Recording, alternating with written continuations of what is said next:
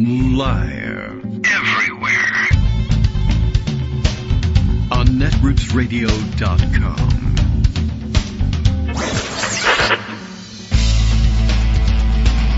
David Waldman. Kagro. In the morning. Now, here's David Waldman. Hey, good morning, everybody. How you doing? It's Wednesday, October 2nd, 2024. Time for yet another of these shows. We continue on through the rest of the election, and I guess afterwards, unless, of course, the end of the election period is the end of recorded history of the United States of America. Or I guess unless they also make podcasting illegal, which I suppose is possible when it comes to that. Okay. Lots to catch up on today, and none of it I can help you with. I guess the big story of the morning is last night was the so-called debate between the vice presidential candidates. Nothing less exciting to me than a vice presidential debate. A presidential debate ordinarily not particularly exciting to me, although these days in the Trump era I sometimes watch to see if he dies in the middle or falls off the stage or says something like, I intend to murder every American voter, or something, I don't know, just utters something bizarre. That's really all I'm ever watching for, and that's kind of it. But a vice presidential debate, oh, forget about it. Ordinarily, two normal candidates in a presidential debate, of no interest to me. I have, in fact, watched everything that has come up until then. Or I've got a pretty good awareness of where people are and what they're about, and I don't really need the debate to settle my opinion on it. And, of course, they're usually talking about things that, well, I know that, they're position papers, essentially, and not much more. Sometimes they trade barbs and zingers, but you get those on YouTube and in the clips the next morning anyway. So what's the difference? But when they're trading policy, well, you know, those things are going to go through the ringer in Congress. The real question is, what does the bill that comes out the other end say? And nobody knows. So to me, it's a giant waste of time. Nothing could be a bigger waste of time than T-H-E-N, than T-H-A-N, watching two people who don't have any policy control talk about what they think maybe policy ought to be, or what their idea is of the other guy's policy. And if the other guy is a complete idiot and has no policy, it's difficult. I mean, it would be a tremendous thing for J.D. Vance to be able to have anything to say.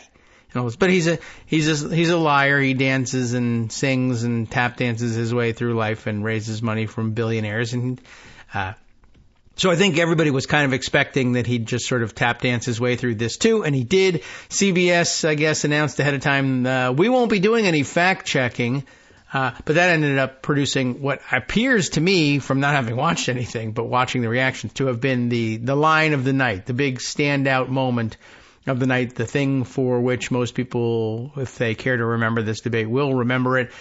There was supposed to be no fact-checking. The network saying it would be up to the candidates to fact-check one another, which is kind of useless and also makes you wonder why CBS has a news organization if they don't want to tell you what the facts are. But whatever. Just the collapse of America and possibly Western civilization along with it.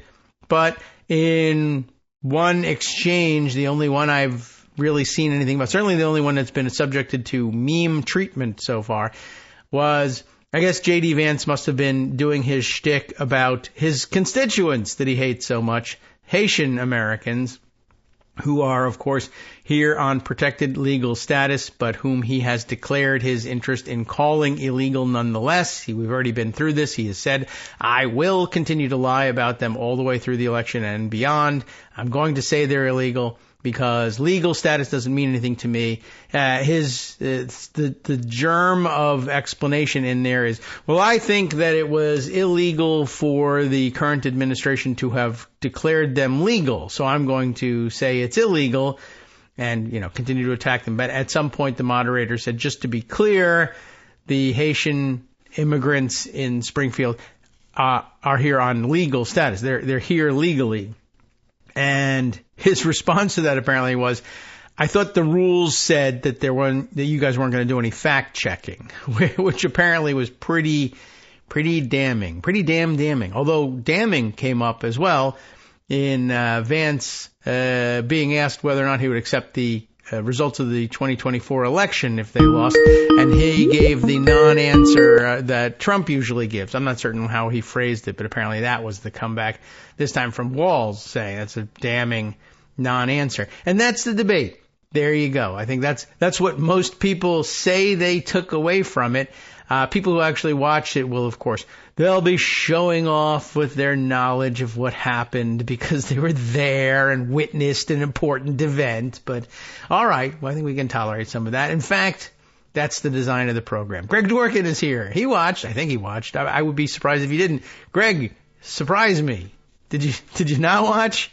I watched. All right, that's fine. Although it's not nothing to be ashamed of. 20 minutes left because it was really boring. But then I turned it back on, so I saw that last moment. Oh, okay. And the last moment. I want to be sure it happened. That's why I ask you. Clips for you.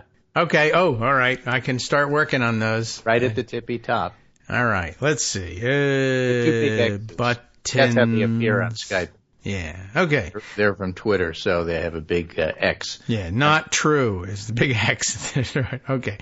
Let's see. All right. Let's see. All right. I'll start pocketing them and moving them over to the other computer and getting them set up. And okay. you if tell you us have the about opportunity, them. second one first. Oh, okay. Yeah, I'll have that opportunity. I'm working on creating it right now.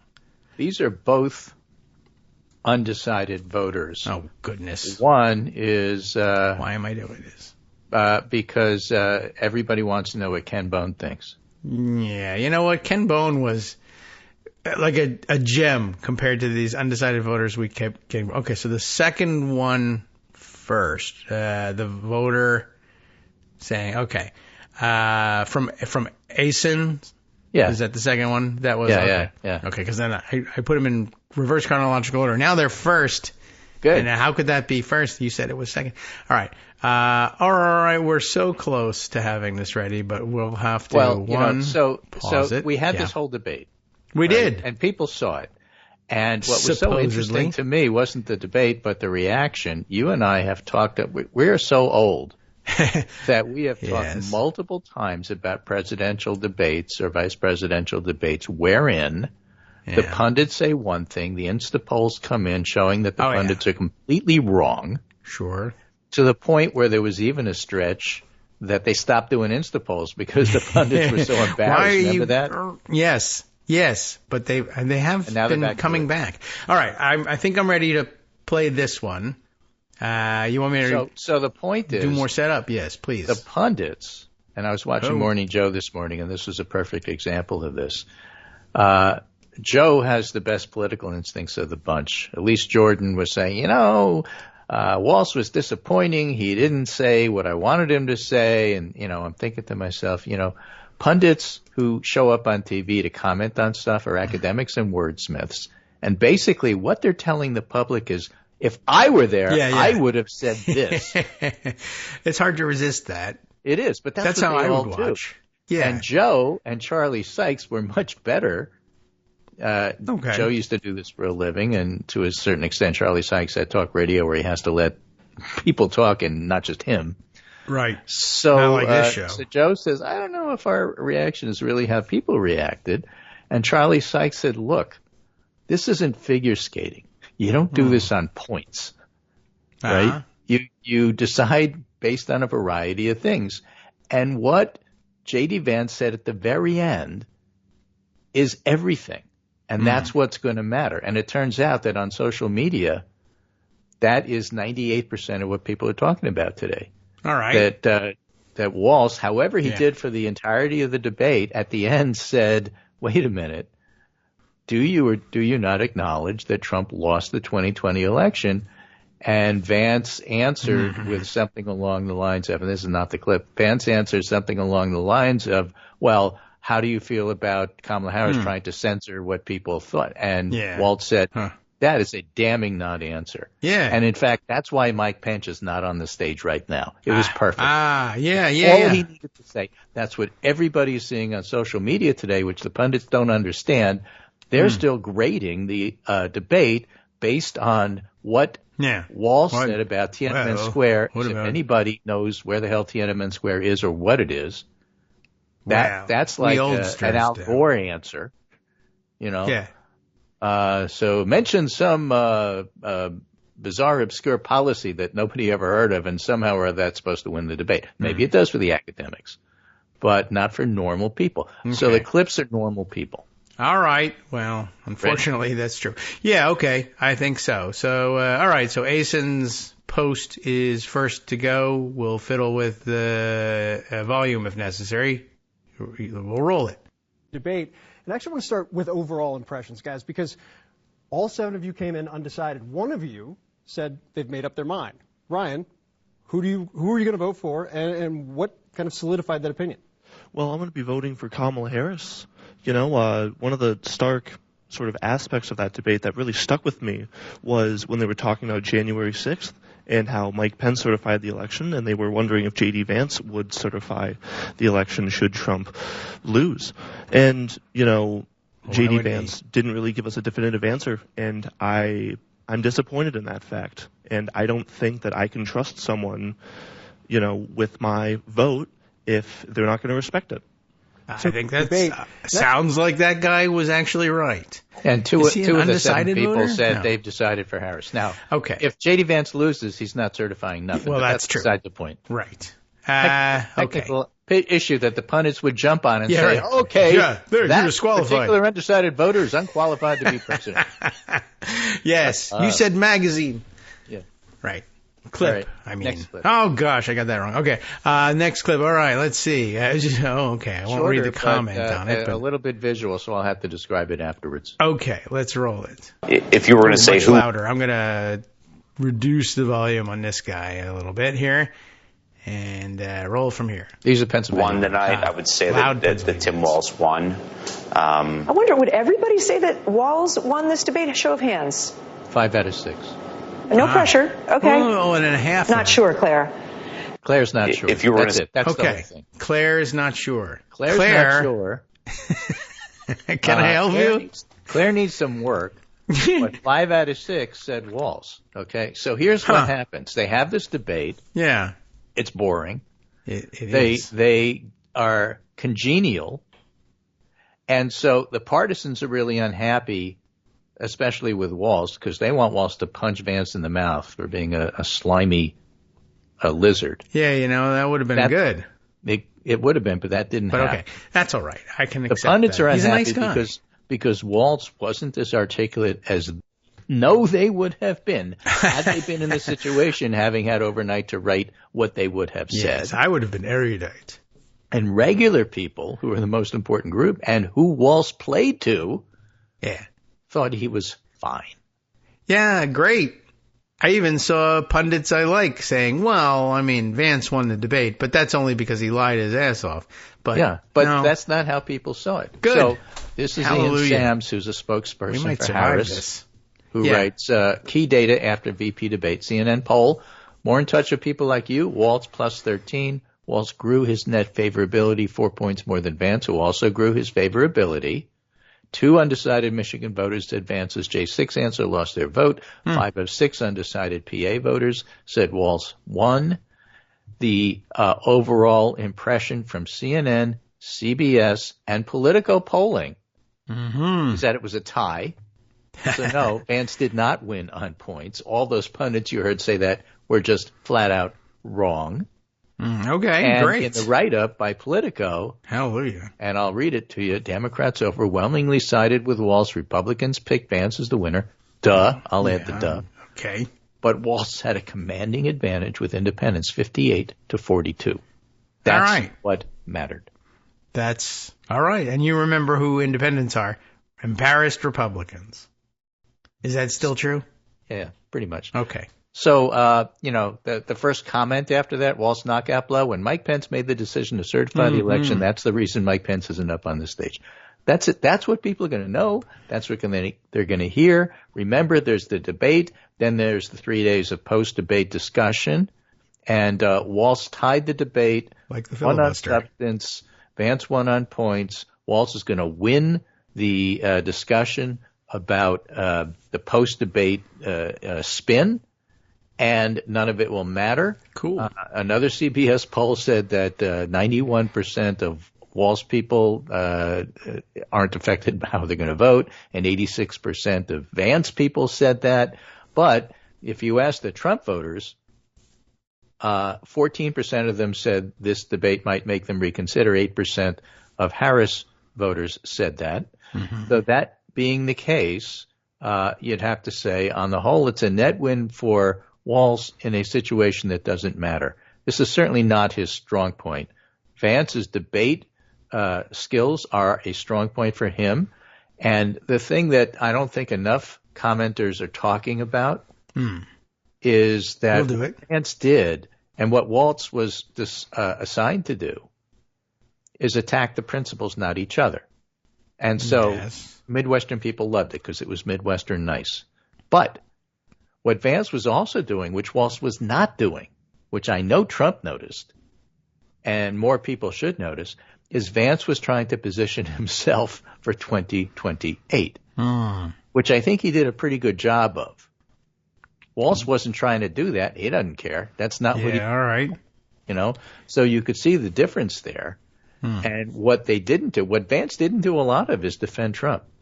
He did a lot of attacking Chris, but he did no defense of Trump. And the one time he really screwed up because the third thing, besides the, you cut off, I thought you weren't going to fact check me.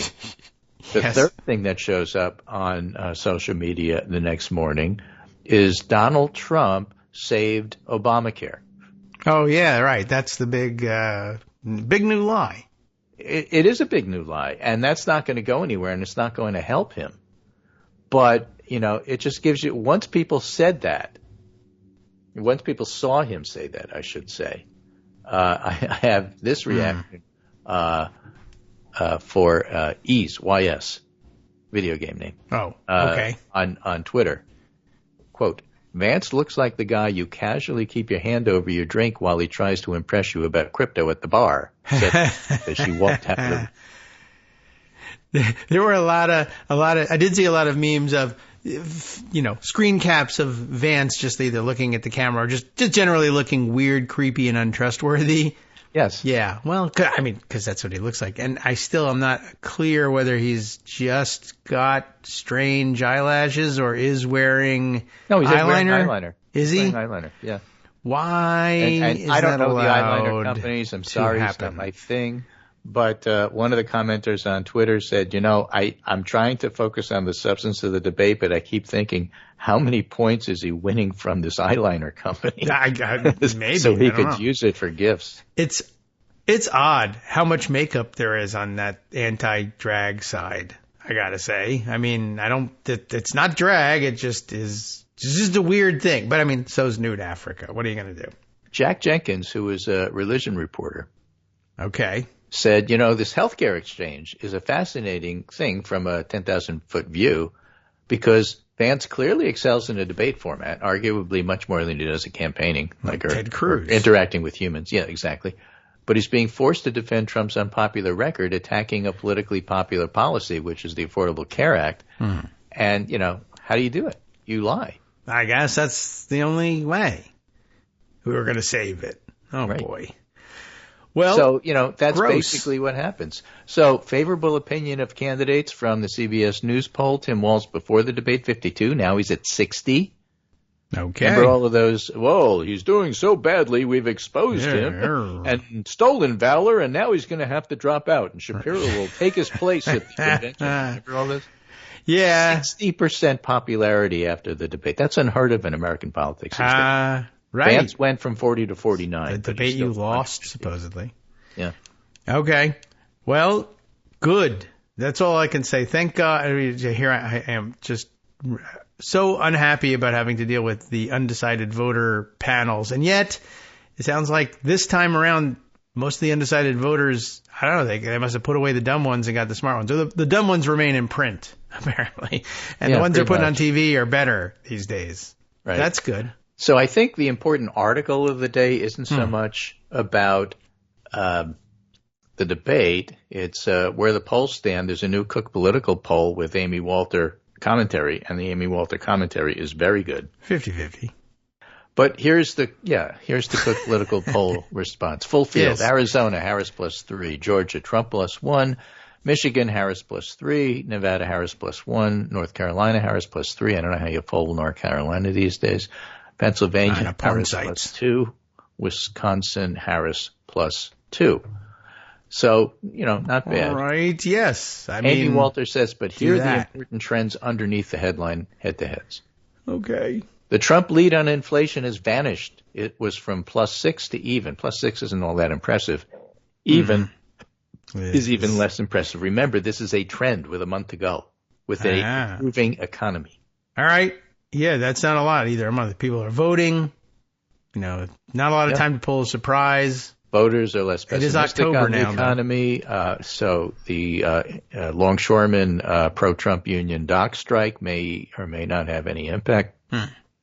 Oh, is that what it is? Are they a pro-Trump union looking to damage the economy? They are. I mean, in fact, the head of longshoremen was indicted for mobster-type activity, and one of the reasons he wasn't convicted is that one of the other people who were indicted sort of disappeared and then showed up moldering in a trunk of a car a couple of weeks later. I see. I mean, I don't want to say on the waterfront is going on here, but, it's a good movie. You should watch it. Okay. Explains a lot. Anyway, Harris slipped with independents by 6. She's seen more likely to win the White House. That's an 11-point swing in her favor since August. All right. So on the whole, underneath, she's actually doing better. She needs to do a little bit more work with swing voters. We know this. Low-income swing voters think that inflation is too high. Oh, it has lowered considerably. So she has work to do. I would point out these are the people least likely to vote, and they're also the people most likely to make up their mind if they do vote at the last minute. So there's always that. So every election you have, Democrats still have work to do with this particular. We know that. That's why Democrats do early vote, try to get their partisans done so they can spend all their time convincing these undecided, irregular voters to come out and vote for them. It happens every election. It does. We're still a month away, so none of that is surprising. And no, my phone is ringing off the hook, even as we speak, with recorded messages. I want you to do something or other. Yeah. But, the good news is if I pick it up, Barack Obama will be on the other end. Well, that's good. Yeah. Reminding me to vote. So I got to go. Is everybody else gets a robocall, but Barack calls you directly, you met him once. Oh, we hang out a lot. He's nearby. Right, sure. But how long do you need? How many times do you need to hang out with a guy like Barack Obama before you feel like you really, truly know him? Right. So since I think it's really important because the voters think it's really important, let me read to you from the Cook Political Report. All right. Which is now known as the Cook Political Report with Amy Walter. 50-50. Right? Right. They share it. McNeil-Lehrer Report, not with McNeil and not with Lehrer. Every night. Yes, right. 7 o'clock on your PBS station. Taking over. Trump continues to lead the economy, but his advantage on inflation has disappeared. Trump holds a 5-point lead on the question of who voters trust to deal with the economy, 50-45. But on the specific issue of getting inflation under control, Trump's 6-point lead is gone. Trump led Harris on inflation, 48-42. Today, voters are evenly divided, 47-47. On who they trust more to handle an issue that 60% of swing state voters say is the aspect of the economy that concerns them the most. A few explanations. The first is that Harris's message on the economy has broken through. Since kicking off her campaign, Harris has honed on an affordability message, pharmaceutical drugs. And again, don't forget the Trump campaign is trying to take credit for $35 insulin. And the Harris campaign is making sure they can't do that. Cracking down on price gouging and promoting affordable housing. Those are the two most popular aspects of the Harris plan. I think we talked about that on Monday. Cracking down on price gouging is by far the most popular thing that any politician can suggest. And, of course, you do that. Whether or not it's doable or not, I have no idea. It's like promising lower taxes with more services. Of course it's going to be popular. I'm going to do that. Last week she unveiled an 82-page economic policy plan, and then you could see, penciled out in red. We were going to criticize her for not having a policy, but darn, apparently she does. Why didn't you just do it anyway, or just say it was boring? Another is that Trump's attempts to link her to Bidenomics and the role the Biden administration's economic policy played in driving up the cost of living have not been as effective as Republicans had hoped, which is Washington speak political analysis for it's failed. And that's one of the other things that I want to point out, that, the whole thing about the Trump campaign after Harris took over and Biden dropped out was to, look, I know I'm unpopular, but I have to make Harris unpopular, and now that she has Walz, we have to make Walz unpopular too, so we have to swift vote him. That has failed. Walz is at 60% with debate watchers. Yeah. Walz is actually in nice. positive territory everywhere, sometimes by 20, 25 points. So that aspect of the Trump campaign, which is basically what they're hanging their hat on, has failed. The second of the tripod that they're trying to do is economy. According to this poll, that has failed. And the third part that they're trying to do is immigration. In August of 2024, the Cook Political Report had Trump at plus 14 with immigration. Now he's at plus 9. All right. Okay. I'm happy about that. Foreign policy crises and war. Trump had a plus 4 lead. Now it's plus 3. Oh, he loves war. Great. For reasons which are unclear, he's getting points for international trade and tariffs simply because he opens his mouth and says tariffs. He does say a lot. Sounds like something that a smart person would say, so voters say, well, maybe I'm okay with it. Those are boring. Smart people Harris are boring. has more to do with saying a tariff means your prices go up by 20%. She just has to say that. Yes. Okay. Well, she's correct about that, and I realize now I forgot to. Whereas Harris has a 19-point lead on abortion, 11-point lead on health. There we are. 8-point lead on protecting democracy, and that's the clip that people will come away with, so that's going to grow. Harris is more popular than President Biden. She's at plus 2, so again, that's failed. And that's where we stand. Okay. That's a fine place to stand. It's a good, steady ground. Honestly, if it was 100-0, it would be better. Hi, I'm Scott Anderson, the guy that writes the daily summary for this show, Kagro in the Morning. Thank you to everyone that supports this show. Many of you send donations through PayPal, Patreon, Square Cash, Radio Public, and so on. Some of you write your own essays and send them in, or read articles with your own commentary. We appreciate it. Now, some of you are listening to this and thinking, I'd like to help, but isn't there something I could do that wouldn't require money or effort? Why, yes, there is. You can just like us. On Daily Kos, they call it the recommend button. YouTube has a thumbs up. There are hearts and likes and love buttons. Tap our love button. Tap our love button every day. Share our shows and summaries on Facebook and Twitter, YouTube and iTunes, Stitcher and Amazon. Most of these places allow you to write a review, so a sentence or two would be great. Recommend us to social media, or tell your friends to listen to the show. You aren't just helping us, you're helping them find their new favorite thing to listen to. You could change the world. So thank you in advance from me and everybody else in the world. All right, welcome back, everyone, to the Kagro in the Morning Show here on Netroots Radio. We have another segment to go here, and good thing, I have to say, it's not as much fun without the music. I'm just not hearing the music come in at my end. The reason for that is, I don't know. It's interesting. Well, everybody else on probably the stream hears it, is hearing it. Yeah, curious about that. I will think about that probably for the next 20 minutes or so, and then, gone. Assign your son to fix it. Then Yeah. you can forget about it. That's the whole point of delegating. Right. Once you delegate, you can forget that you're supposed to be working on something. How odd. Okay, well, dang it. It's a good part of the show. It sets the mood. It's very newsy. All right. Anyway, yesterday was a tight race, Edge Harris. Today's a tight race, Edge Harris. Here comes the lawn people. Hey. Hi, good morning. Well, there's leaves in the way, and, you hold on. We'll get rid of those. It's fall. It's the season. And I'll fill the dead space by talking about the wonders of fall, our annual trip around the sun, etc. We're now tilting away because the axis of the Earth, all those things. And that affects the sunshine, chlorophyll, the leaves are falling. And, this is true. Yeah. Being gathered up. Because the leaves actually. That's right. But it actually is starting to get very pretty here. We're not nearly Wonderful. The peak leaf stuff. That's going to be mid-October, so a couple more weeks. But the burning bush is turning bright red, and so are the other plants around here. No bear sightings, well, I'm happy to tell you. Well, they're getting fed elsewhere. Fall, no question.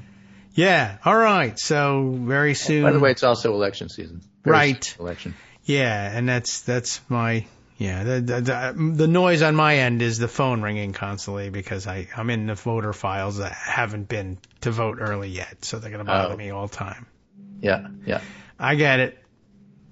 Okay, so all right, there was this debate and 3 different views of the debate. How the campaign, you were sharing with me during the break, how the campaign views its mission and what they need done during the campaign, what the candidates, I guess, and partisans want to see, and then, of course, what the general public, who are sometimes willing to go on television and say that they're undecided, even at this late date, and what they say. Want the attention. So an academic looked at my comments on that and said, this sounds like an academic discussion. Stimson argues that there are 3. I wonder if that's Henry Stimson. This argues that David and I were speculating on the break that it's probably Homer Stimson. Right. Who's having an argument with the less academic of the two.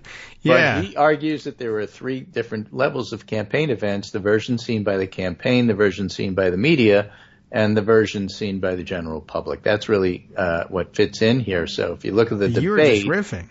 The debate looks like something to the campaign, so they highlight the things they want to highlight. They've already made a commercial of that last comment about Pence. Oh, yeah?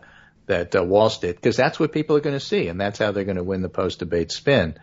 Then there's the version seen by the media, who, again, as Charlie Sykes points out, are trying to grade this as if it's a figure skating competition with crooked judges, I should add. Oh. Because, look, it's all subjective and none of it matters, and they're trying to substitute themselves. This is what I would have said if I were in that position. Then there's the version seen by the general public, where you look at Walz and say, look, I get that he's uncomfortable. I get that you're trying to make a gotcha out of when he was in Tiananmen Square. What's Tiananmen Square again? I don't remember.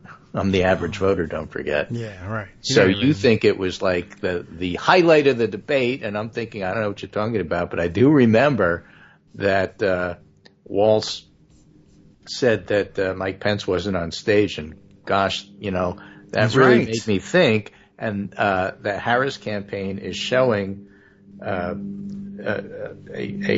clip on side by side, and on the left side is J.D. Vance saying Donald Trump participated in a peaceful transition of power, and on the right side are the rioters, and it's powerful. Well, it ought to be. I mean, there won't be a visual as powerful about his lie about the Affordable Care Act, but although they really could make one, I mean, there were enough votes and the big John McCain thumbs down thing, possibly, but nothing beats, sure, it was very peaceful. Here's a riot to prove it. Yeah, exactly. And that's what people see. And you can look at that with the sound down and you get what's going on here. Yeah, and we might want to look at it with the sound down because the lawnmower guys are back. It's all right. We'll deal. We know it's a Wednesday thing. Right. I'm laughing because I'm scrolling through Twitter just to see if there's anything else. Neera Tandon says, from Politico, Walz had a commanding advantage with independents, 58-42, and then adds, really, the pundits on here, Twitter, are terrible. And Matthew Dowd laughs and said, I agree. I'm a pundit on here, and you're right. I feel terrible. Yeah, well, they do a lousy job, and I love that there's a long history of proving them wrong with the snap polling, and that was probably one of the better developments I've ever seen in post-debate analysis, was pundits having to confront that right away. I guess they're blunting the impact of it now, but it still serves its purpose. And now, even if we have to wait until the day after, finding out that everybody else who watched the debate watched it differently than the cocktail weenies, I guess, in Washington, D.C. Right. So, meanwhile, ask the lawnmower guy what he thought. There was still a hurricane/tropical storm. I guess technically it was a tropical storm by the time it wrecked Western. Yes, fact check. This was not a hurricane, and Yeah. True. And I'm just going to send you... The rain was just as wet. I'm going to send you a picture. Ready to receive picture. In a rural community called Crusoe, North Carolina. Crusoe. Which will give you an idea of what's going on. If you enlarge that and look at it, what it is a message board set up. Yes. Clearly home lettering here, message board, lost and found. Yes. And what's lost are people. So there's 3 notices there, each about somebody who's missing. So that's what's going on there. Yeah. I'll remind you, Trump showed up in Georgia trying to make political hay out of this. Joe Biden will be flying overhead, I think, today because the folks in Asheville, Blue Area, asked him not to come because they were busy. Can't handle it, and they're busy. They're still doing rescue and recover. Mm-hmm. Then you do property. Then you assess how the hell are we going to vote? Sometimes. Yes. Because a lot of the clerks and the volunteers have been affected by this. And, you know, local folks and folks all over North Carolina and around the country are trying to chip in and help people here. And Biden will get a visual idea of what's going on. The waters have receded, but there's just a lot of damage everywhere. Some communities pretty much completely wiped out. And Harris was going to go on I guess a bus trip with Walz around Pennsylvania. Walz is now going to do that with Fetterman. Okay. While Harris goes to Georgia and some other places to try to check out what's going on with the tropical storm/hurricane, but at the behest and with the coordination of local folks, so that what she is doing does not interfere with rescue and recovery, which is awfully important. So 50% chance then that J.D. Vance just drops in on the place and then claims that he was barred from the area because locals are discriminating against him and people who wear eyeliner. Yeah. Right. It's rigging the election. You're blocking me for coming in. I want to give me a bucket. I'll bail the place out. Yeah. Well, get out of the way. And no, we don't have bottled water for your entourage. That's for people to survive with here. Sorry, get lost. Right. So Olivier Knox, one of my favorite reporters. Yeah, I haven't heard from him in a while. He's not working at the Washington Post anymore in a prominent weekly column. That's okay. So that's why you haven't heard that much from him. Social media makes it possible. He's now the senior national political correspondent at U.S. News and World Report, which is now known as U.S. News. I see. No wonder I don't hear from him. I don't pay attention to U.S. news. Right, exactly. And he writes lots of interesting stuff in that Amy Walter Cook political report. Among the youngest cohort of voters, 63% think inflation's getting worse compared to 47% of those who are 65 years or older. So her poll is, by the way, with Harris with a 2-point lead nationally, is finding that it's the younger voters who are still a little skeptical. That's where the work has to be done. And as I said, those are the ones who make up their minds late. And Amy Walter said, my thought is that younger voters are much more price sensitive on things like gas. Gas pricing is really coming down. Housing and health care. And Harris is making a pitch on health care, which I think will appeal to them. And also on housing. That's one of the big things that she's talking about in terms of her policies. So it's the people who feel like things are more expensive versus the people who are hearing that there's a plan to make it less expensive. I see. I mean, they're also less likely to be as financially settled as seniors, which is true. That's why Harris has work to do. But once again, these people don't like Donald Trump. These are the folks that are in the category of I don't know if I'm going to vote. Well, you should. It doesn't cost anything, for one thing. That's free. So, you know, it's a good activity, good entertainment. You should go ahead and vote. Way to occupy your time that doesn't cost you anything for price-sensitive Americans. Did you see any of the debate? Are you trying to shame me? I didn't. No, I'm just asking if you saw any of Vance's actual performance. No. As opposed to people saying stuff about it. No, I did not. I couldn't stomach that, I don't think, but, you know. The reason I'm asking is somebody else you'll have a hard time stomaching is Chris Eliza. I don't like that. One of the things that Eliza said this morning, which is absolutely untrue, but, is the kind of pundit brain that you get from watching too much of this stuff. Sure. And grading debates on style points like figure skating. Chris Loza writes this morning, what J.D. Vance proved last night is that he's a far better spokesman for Trumpism than Donald Trump. And people looking at this said, it sort of sounds true in a superficial way, but it's absolutely false because Vance is boring.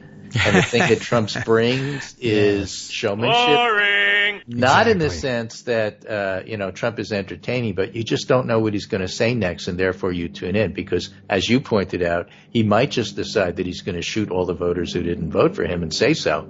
You don't know. Right. Vance has none of that. It feels like He's tightly controlled. Yeah, it feels like a slick guy trying to sell you a car, and it's not the same thing, and that's not the best spokesman for Trumpism. There is only one spokesman for Trumpism, and that's Trump. And Trump says so. I think one exchange I have seen noted on social media, not from the debate, but rather from discussion with Trump, in which they said the abortion question, where I won't, there won't be a nationwide abortion ban under me because I said so. I lie left and right, but that doesn't matter. But when Vance said there would be, Trumpism is unpopular policies. If you don't have Trump selling it, all you're left with is unpopular policies. Yes. It doesn't translate and it doesn't transfer. It has been shown time and time again. The thing I was thinking of was that they brought up that Vance said that you would veto any national ban legislation. Is that the case? And he says, well, J.D. Vance doesn't speak for me, which is true and fair. That's the way it's supposed to be flowing in these things. But these guys don't get their stuff together, and Trump doesn't feel bound by anything his vice president or any other inferior, in his view, says about him. And I don't own Project 2025, even though I do. That's not me. Vance doesn't speak for me. And we also see it manifesting in other ways, like Trumpy candidates don't win. Yeah, Carrie Lake is not winning. Yeah, right. She was the Trumpist there ever was, and she's getting clobbered. And now even the Trump campaign is saying, she's not even really one of us. She's polling so badly, we don't want anything to do with her. And he just right under the bus. It does not transfer. No one can do it. J.D. Vance, to the extent that he's tried to do it, it's gotten him on the ticket, but it has not made him a popular person. Right. Matthew Dowd is pretty hot this morning. Oh. So he now adds, the number of pundits, analysts, and news anchors who've been consistently wrong for 20 years and yet are constantly given airtime is absolutely astounding. In no business would these folks last longer than 15 minutes, except maybe sports analysis. I guess. Also Wall Street. Yeah. Well, pretty much. I guess that's true. But sports analysis is the same thing as punditry, essentially, and just a television blathering. No one cares whether you're right or wrong. Wall Street, I don't really know. Punditry it's just money. Yeah, right. So Wall Street just is, we have lots of money floating around. So if you want to be wrong but give us some money, I guess that's cool. I don't know what makes Wall Street wrong but attractive, but that's my best guess. Okay, so I don't know if you saw this. No. Yes. But I don't know. Well, you're about to, because I'm going to send you the image. When are you asking? Later? Then the answer is yes. We'll see. Time travel. Ta-da. Your response is exactly my point, which you knew from time traveling. Right.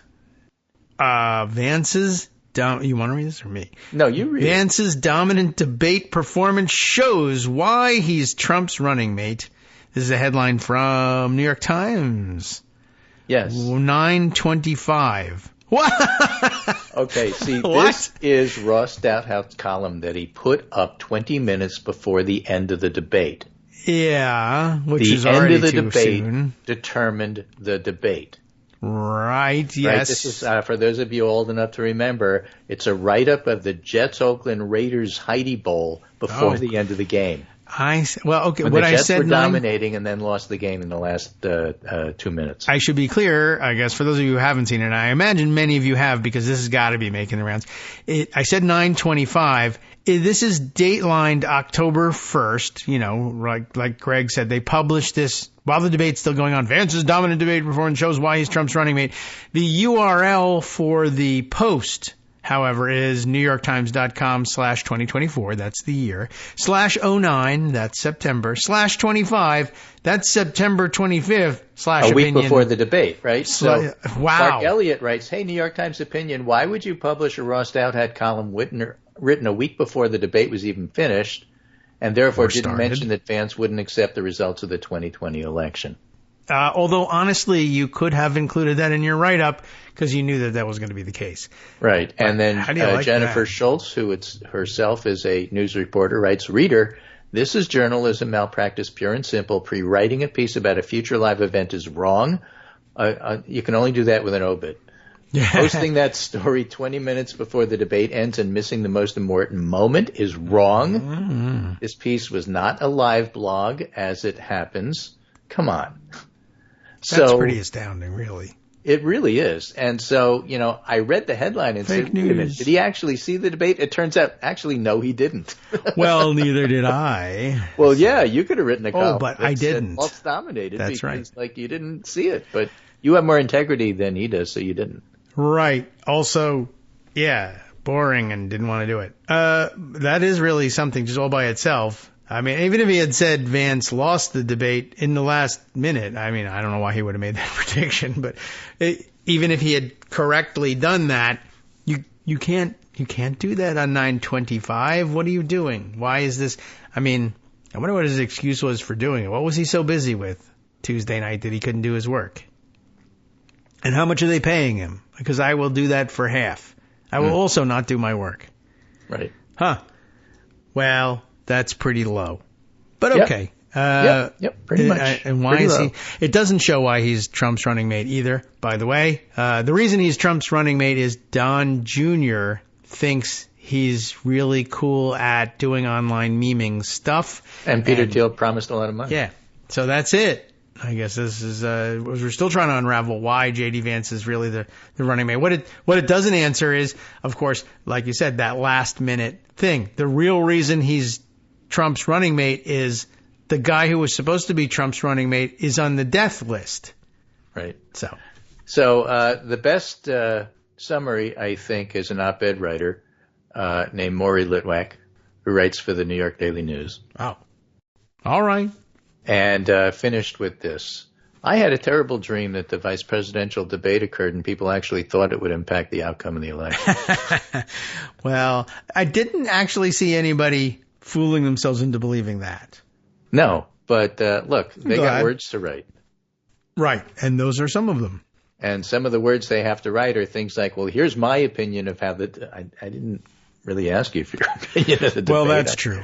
But thank you for giving it to me just the same. There is one aspect in which I think that they could discuss it as being important, which is Donald Trump is the oldest candidate ever and physically deteriorating before our eyes. And there's a pretty strong chance that the oldest candidate ever will have to hand over the reins to whoever his vice president is. And is this the guy you want? This is an audition for president. And he made it clear, too, positioning himself for 2028 and all of that. That guy wants to be president and might have a pretty good shot at it if you let him be vice president because the president that he works with is ready to die. Right. He's in death rattle mode right now. So, by the way, according to AP, Trump really is going back to Butler. I told you he was planning on doing this. All right. Butler's not happy about it. Return to the scene of the crime. Right. The whole AP story is doesn't really matter Butler if it's his ready crime for or not. this. Yeah. Okay. Can they handle this? I don't think so. They're not ready for it. They still feel traumatized by what happened. Well, they should. There was a murder in the last one. Why are they doing this again? It's amazing how it's all oblivious about him, he is about. Yeah, right. I didn't get murdered. I know. So what's the problem? Right. I'm going there to another celebrate guy did. my last, time I was here. Yeah. Let's have a big party. The local police retired guy got murdered, and I was going to say in front of you, but behind you, in front of the rest of us. Let's do another one. Oh my God. All right. Well, he's your man. Oh, here's another little factoid for you. Again, post-debate, Aaron Blake points out, according to the CNN poll, among Republican-leaning voters who watched the debate, Tim Walz went from 8% favorable to 24% favorable. Okay. People like it when you're like normal. I guess so. So good. I mean, it's hard to know whether they would have liked him better if he had punched J.D. Vance in the face. You can cling to that if you like, but 24 from 8 is not bad. By the way, when is Trump going to Butler? Has he said? Do we know? Is it on the schedule or is it 2 weeks? It's going to happen within 6 weeks. Yes, very, very soon. Now, by the way, the election is over in, I don't know. Less than 6 weeks. Yes. So, okay. So very soon, short period of time. The election's a month. Yeah. I mean, there's the possibility that he goes because it is in Pennsylvania and October he should 5th. be spending his time. October 5th, he says? This Saturday. Oh, all right. So if you're, just, I don't know what to tell you, but the last time he announced that he was going to be in the area and vulnerable on stage, a sniper showed up. So, and those guys hunt. I suspect the security will be better. I tell you. Meh. Don't know what kind of crowds he's going to get. Yeah. Well, yeah, that's a good question. Right. Oh, by the way, who volunteers to sit in the risers behind him this time? Is he going to have those people in there? Targets for Trump. They're going to have signs. Shoot me first. I want to be famous. Oh, my God. I don't know why he's doing this. I don't know either. I don't know who's going to sit behind him. Now they do bulletproof glass in front of him wherever he goes. None in front of those is not enough to protect those risers. I would like to know who sits behind him, and he'll promise them all medals of honor, I guess, if I'm elected or can seize power. If you'll show up on January 6, 2025 and murder Congress, I will give you a Congressional Medal of Honor at the end. So, great. I don't know. I have my doubts. We'll see. And Secret Service, I guess it's all the same to them. They could get shot anywhere. But I imagine they're probably not thrilled about going there, and the idea of offering a would-be assassin like the most golden opportunity. There's big, very ironic assassins out there saying, wouldn't it be something if it happened in Butler? I'm going to be the guy. Right. There's probably 20 of them. Look out. I do wonder sometimes whether it's just somebody, playing the odds. Somebody's got to get through. Wow. So, new poll out this morning from, of all places, Iowa. Iowa. Right. Is he going in 2020, just as a reminder, Trump got 53 and Biden got 45. But this is a partisan Republican poll done by an outfit called Signal, which tends to lean R. All right. Showing Trump 51, Harris 45. 51. Wow. So a 2-point left shift in Iowa, which would match, what the Ann Seltzer got with her 4% lead, which has probably grown as the partisans come home. But nonetheless, there's nothing about Trump running away with it or getting better or growing his lead. If you look at the Cook Report poll and all the other polls, it really seems like Trump is pretty stuck at whatever his ceiling is. Well, all right. 45 to 47, depending upon what poll you look at. And if you look at the 538 average, for example, we're talking Trump 45.9, Harris 48.6, 2.7% lead. Not enough to feel safe, but certainly a consistent lead that hasn't moved. Those streams are not crossing. So Trump is stuck where he is. He's not gaining more votes. And again, the whole name of the game at this point is getting the irregular voters who might support you to show up. And that's where the lack of Trump ground game matters. Mm-hmm. That's where the lack of any significant events between now and the election, now that the vice presidential debate is done, that there's no big events on the calendar. This Butler thing doesn't count.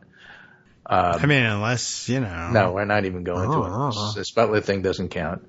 And so, where's he supposed to make up the difference? He's not, and he can't. And so that's why I think that even though it's a mere 2.7% lead and a polling error away from Trump winning, which he absolutely can do. And it really would be a poll error.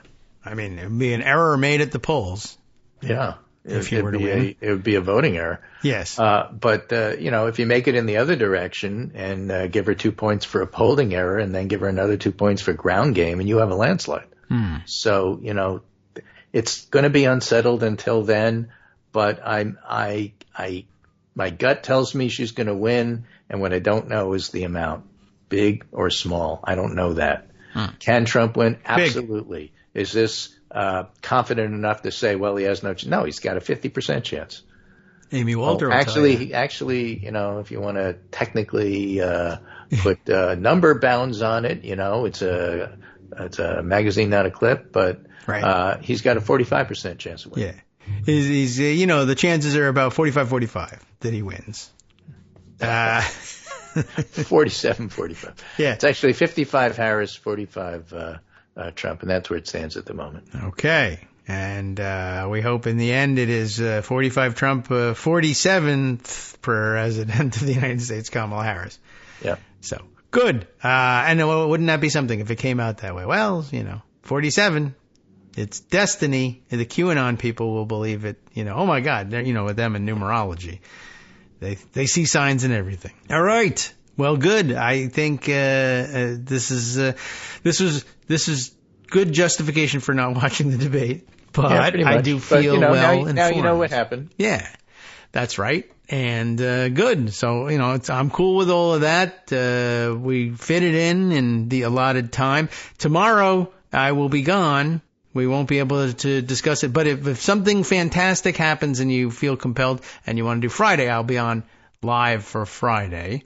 But just warning you, so you can. I know you'll feel like it's all bottled up. I am fully aware, and hopefully I will remember that you're not here tomorrow. Yes. And I'm playing music now. Friday. But okay. I'm getting to the age where I sort of enjoy my day offs. Yeah, well, you're entitled to do that. But sometimes... Or as it's technically called, attorneys general. Ah, yes. Days off. Right, exactly. But if something were to happen that it would come to the point where you would feel better talking, then by all means. All right. So music is playing. It's humming. We got to go. And we'll enjoy it. Something to assign to your son. I still don't hear the music. All right. Welcome back now to the Kagro in the Morning Show here on Netroots Radio. I'm pondering the music piping issue and not really certain why any of this would be happening. But, all right, well, see if we can't take things apart maybe over the weekend and put them back together again.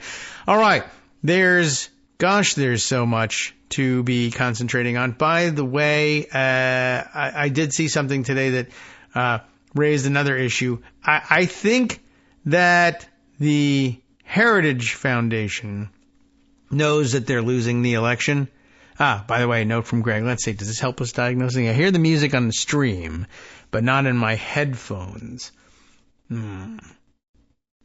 But my voice is in the headphones, so the headphones aren't broken. It's just the headphones don't like music. That could be it. They've achieved sentience and have decided they don't want to hear it anymore.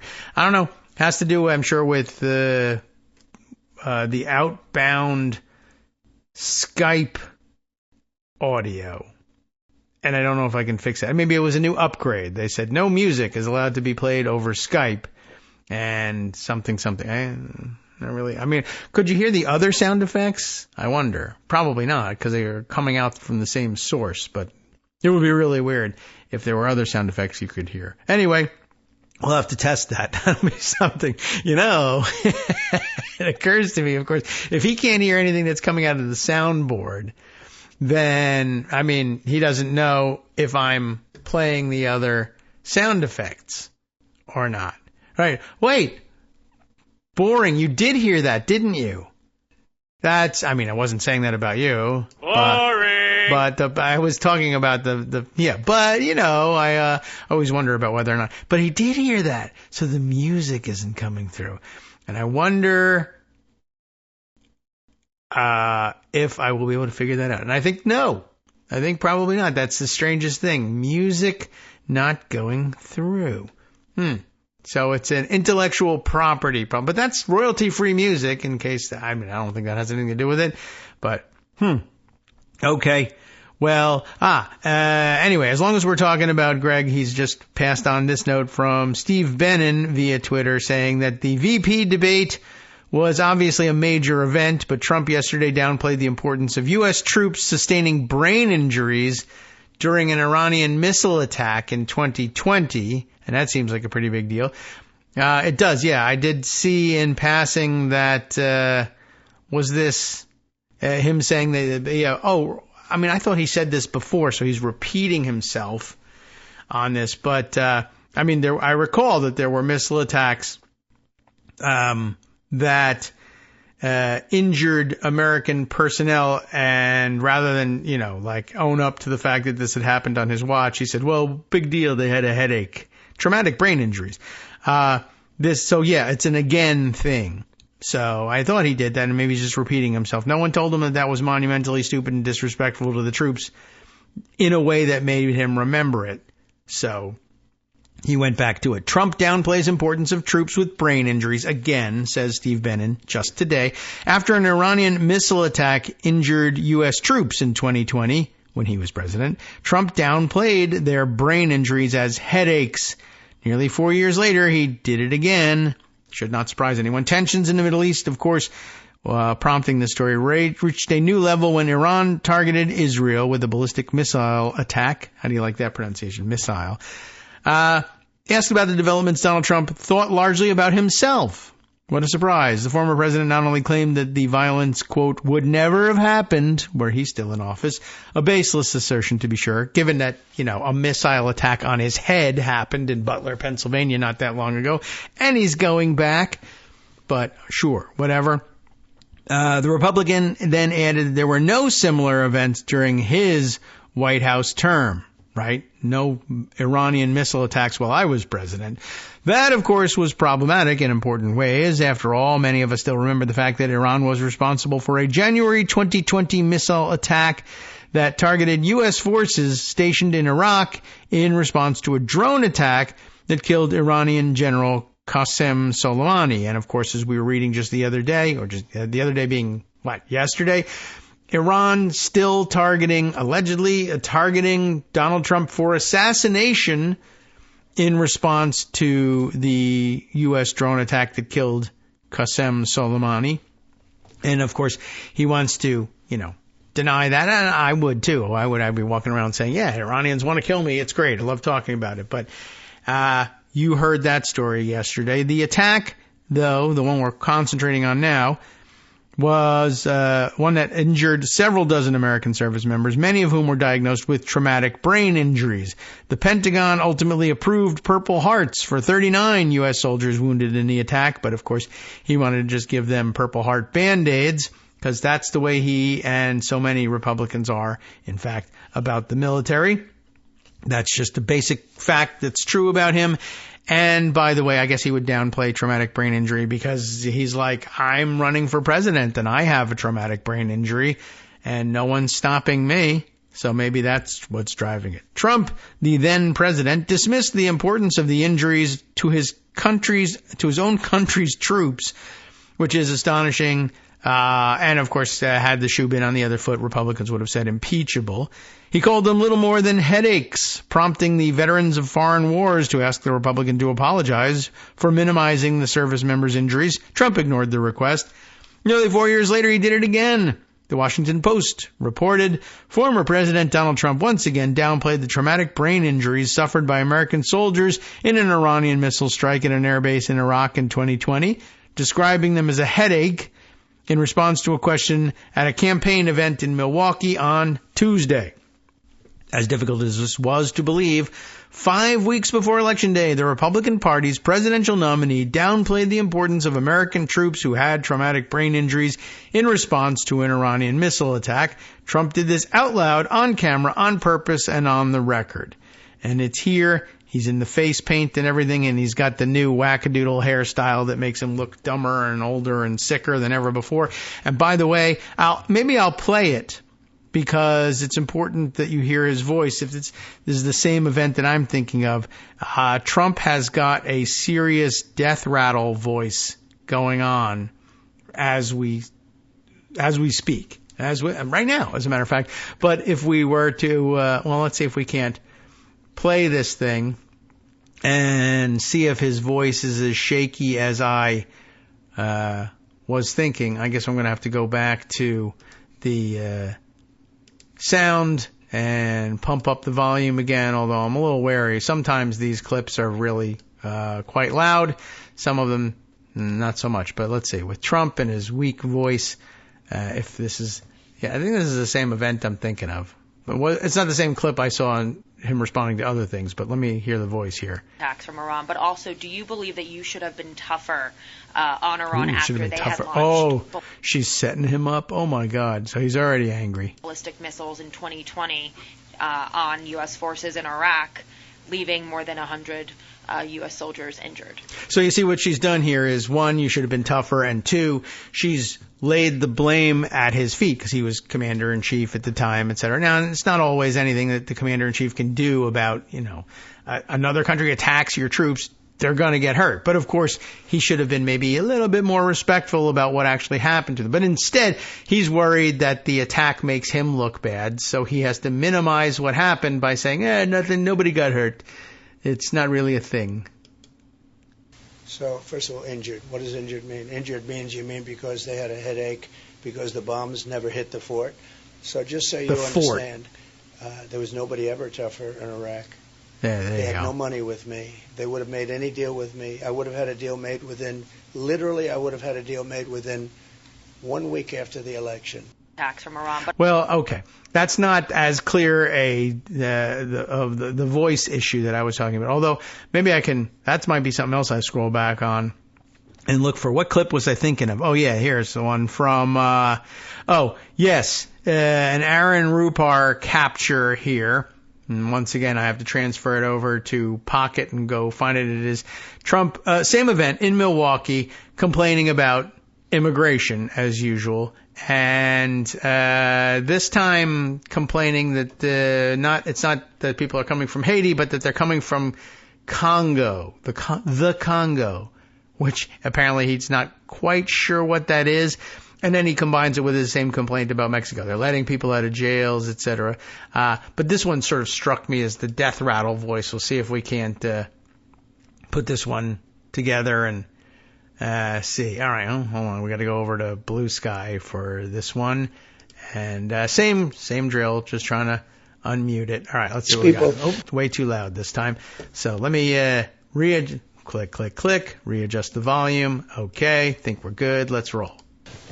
Among the worst in the world. They come from the Congo in Africa. Many people from the Congo. I don't know what that is, but they come out of jails in the Congo. I don't know what that is. They're letting their jail population come into the United States. Their jails are being emptied into the United States. Their gang members are being taken out of Caracas, Venezuela, and lots of other places, which was a rough city, very dangerous city. By the way. And they're being delivered into the United States. They're gang members. And these are tough gang members. You see what's happening in Aurora. And people. Yeah, okay. So anyway, that's what that's an outrageous statement all by itself, but that's what I was talking about. The death rattle voice that he's got going on, it's really quite shocking and good. Fantastic. No state funeral for Trump. Just wanted to remind everybody that that's the case. And he's at death's door. And that means that if you elect him, J.D. Vance becomes your president, and he has no experience at anything, and he's crazy and an a-hole. So just thought I would put that out there. The comment I didn't get a chance to make when I was talking with Greg is, his slick liar thing, but he still had to hem and haw to cover for Donald Trump, and he wasn't really willing to defend Trump because intellectually he knows it's indefensible, a lot of things that he would be asked to do. But he was performing as though wearing a shock collar, which is how all Republicans now react, right? Even Mike DeWine, you can't say who you're going to vote for. You can't say that you said it was so wrong what he did about Springfield, but you can't quite bring yourself to say and I'm not going to vote for him because he doesn't deserve to be president, and he'd be terrible if he was. It'd be worse for everyone here in Ohio, worse for everyone in America if he were president. He can't say it because they're wearing shock collars, essentially. They will be eliminated. The way Mike Pence was eliminated, right, and just really genuinely threatened with elimination, and then just bounced from the ticket, as Tim Walz pointed out. Right. It wasn't just enough to threaten to hang him at the Capitol. They actually had to sort of erase him from political history. Anywho, so, by the way, one of the other things recently said, day before the last time around, again, also captured by Aaron Rupar, but Trump accusing Kamala Harris of murder during his speech in Wisconsin, essentially saying that because an American, one of his favorite themes, an American murdered allegedly, I guess, by somebody who was in the country illegally. And his version of it is, well, Kamala Harris personally let that murderer in the country. She murdered him. She says she murdered him. He says it. She murdered him. In my opinion, Kamala murdered him. It was her, I think, who got murdered. Just like she had a gun in her hand. But got to tone down the rhetoric, everybody.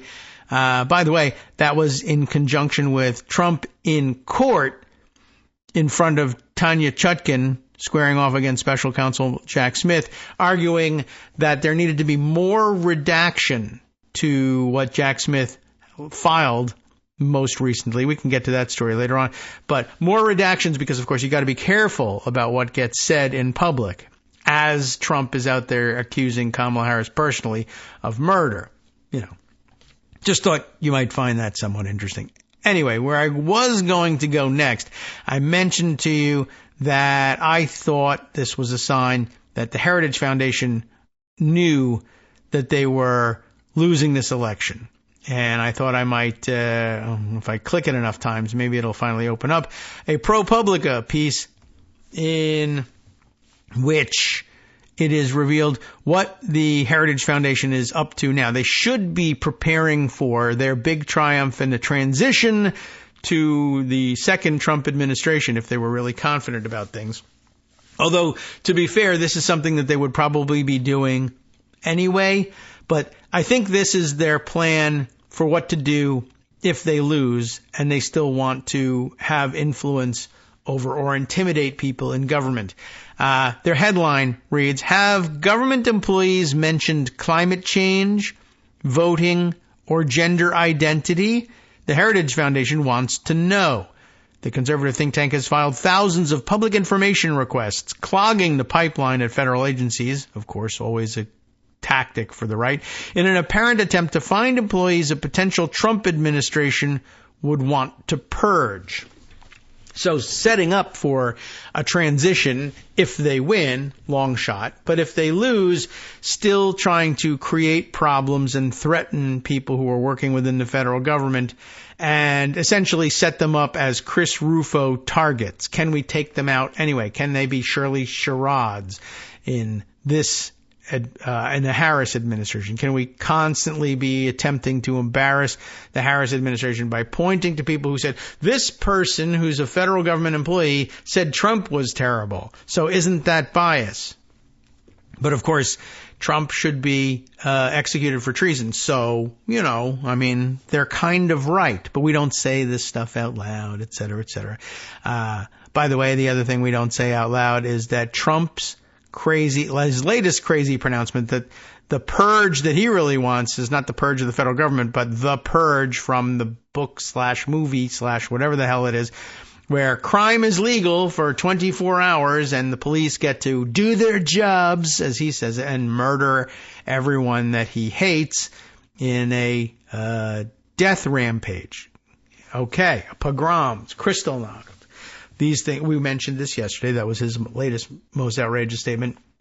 I think probably going to, all right. We can't imagine what it would really be like, but were he to deliver on anything close to this promise, or even just hint at it, and then really all it takes for most domestic terrorists to act on this stuff is the belief that this would really become policy, or that they would be pardoned somehow and nothing more outrageous I can think of, but that Trump might still do.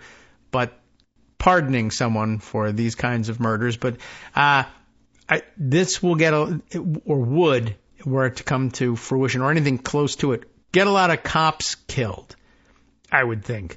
I mean, you talk about, he thinks about it in terms of sending a message. Well, they'll crack down and the word will get out and there'll be no more crime. But as we said, the big problem with that is their police are constantly pretty violent and it doesn't seem to do anything like that. But if word got out, what if word gets out that the cops are out to kill you and they have no qualms about it and no worries about being held to account about it, not only because of sovereign immunity issues and qualified immunity, et cetera, but also being pardoned by Trump. And they feel like they have leeway in this stuff most days anyway. But if it was obvious to everyone and that every encounter with police is now it's them or me, guess what's going to happen? There's going to be a lot of bullets flying. A lot of people thinking this is it. Either I die or they die. And a lot of cops are going to get shot, and it's going to, of course, be his fault. But then he'll say they just have headaches. They're dead from their headaches, but they just have headaches. Anyway, that's not where we meant to land on this. We were talking about Heritage Foundation either setting up for a transition by trying to identify people that they would purge if they had the power. If Trump seized power in the United States, this is who they would get rid of. And if they don't have that power, who can they campaign against and try to embarrass the Harris administration into firing? Sharon Lerner and Andy Kroll wrote this up for ProPublica. And it goes like this. 3 investigators for the Heritage Foundation have deluged, bad use of flooding metaphors right now, federal agencies. Well, it's not their fault, but we'll blame it on the Heritage Foundation for doing it. Deluged federal agencies with thousands of Freedom of Information Act requests over the past year, requesting a wide range of information on government employees, including communications that could have been seen as a political liability, or could be seen as a political liability by conservatives. Among the documents they've sought are lists of agency personnel and messages sent by individual government workers that mention, among other things, climate equity, voting, or SOGIE, apparently an acronym for sexual orientation, gender identity, and expression. I don't think I've run into that. But these are very online people. And it might not even be happening. They just imagine it's happening. And quite honestly, a great way to tie federal agencies in knots is, of course, flooding them with garbage Freedom of Information Act requests. But an even better way, I guess, would be to flood them with garbage Freedom of Information Act requests that demand all documents that mention something that doesn't exist, that's made up and nobody ever talks about. I don't know if that's what's happening, but I've never seen this thing. But you want to have them chasing their tails, make them look for something that isn't even there. And they'll come back with 0 documents, and they'll say, that can't be right. And they'll do the search again. And then Heritage Foundation will file suit and complain and have a press conference saying, they tried to pass off that they had 0 documents. And they might have 0 documents. It's not a thing. I've never seen it. But anyway, it may just be that in right-wing world, they're pretty sure that they say such things. In the meantime, they'll be searching for things like, oh my God, you said voting? We have to fire you. And I mean, it's not the case. The Freedom of Information Act should require a more specific request than that. I want every government document that has the word "the" in it. Don't ask me my reasons, but just give it to. And if I don't get every single, you tell me I only got 1 million documents. I know there's at least 2 million documents that have that. You're lying. Anyway, the Heritage team filed these requests even as the think tanks, stop calling them that, Project 2025 was promoting a controversial plan to remove job protections for tens of thousands of career civil servants that could be identified and fired if Donald Trump wins the presidential election. And I believe they're now planning for how can we get Chris Rufo to make Kamala Harris fire these people if she wins the election. All 3 men who filed their requests, Mike Howell, Colin Amott, A-A-M-O-T, I don't know how he pronounces, and Roman Jankowski, time to get used to these new names, did so on behalf of the Heritage Foundation's Oversight Project, an arm of the conservative group that uses FOIA, Freedom of Information Act, lawsuits, and undercover videos. And that's why they're not a think tank anymore. They're James O'Keefe. Undercover videos to investigate government activities. In recent months, the group has used information gleaned from the requests to call attention to efforts by the Defense Counterintelligence and Security Agency, and what's the problem with disrupting their work, to teach staff about gender diversity, which Fox News characterized as the, quote, Biden administration's woke policies within the Department of Defense. Heritage also used material gathered from a FOIA search to claim that a listening session that the Justice Department held with voting rights activists constituted an attempt to, quote, rig the presidential election because no Republicans were present. An analysis of more than 2,000 public records requests submitted by Amott, Howell, and Jankowski, 2,000 of them, to more than 24 federal offices and agencies, including the State Department, the Department of Homeland Security, and the Federal Trade Commission, show an intense focus on hot-button phrases used, or maybe not used, by individual government workers. Those 2,000 requests are just the tip of the iceberg, Howell told ProPublica in an interview. Howell, the executive director of the Oversight Project, estimated that his group had submitted more than 50,000 information requests over the past 2 years. He described the project as, quote, the most prestigious international investigative operation in the world. Oh, it's so prestigious. Why is it so prestigious? Because you keep saying a think tank is conducting it. If you just said activist, wackadoodle, jackass, wannabe James O'Keefe's are conducting it, it might get, might be a little less prestigious. Or it would look more ridiculous if they said that it was prestigious. Among 744 requests that Amott, Jankowski, and Howell submitted to the Department of the Interior over the past month are 161 that seek civil servants' emails and texts, as well as Slack and Microsoft Teams messages that contained terms including, ready? I need some sound effects for these evil-sounding terms. Climate change. Although maybe climate change should get the one with the thunder and lightning in it because of all the storms that it's producing. But now back to regular dramatic music for DEI, or of course diversity, equity, and inclusion. And are you ready for this evil one? GOTV. GOTV, of course, an acronym for Get Out the Vote. Why is that a target? Many of these FOIA requests they request the messages of individual employees by name. Trump has made clear his intentions to overhaul the Department of the Interior, which protects the nation's natural resources, including hundreds of millions of acres of land. Under President Joe Biden, the department has made tackling climate change a priority. So even if they don't really think that there's any evil intent in using the words climate change, at a minimum, they disrupt the operations of the department by saying, give us every email ever that ever mentioned climate change.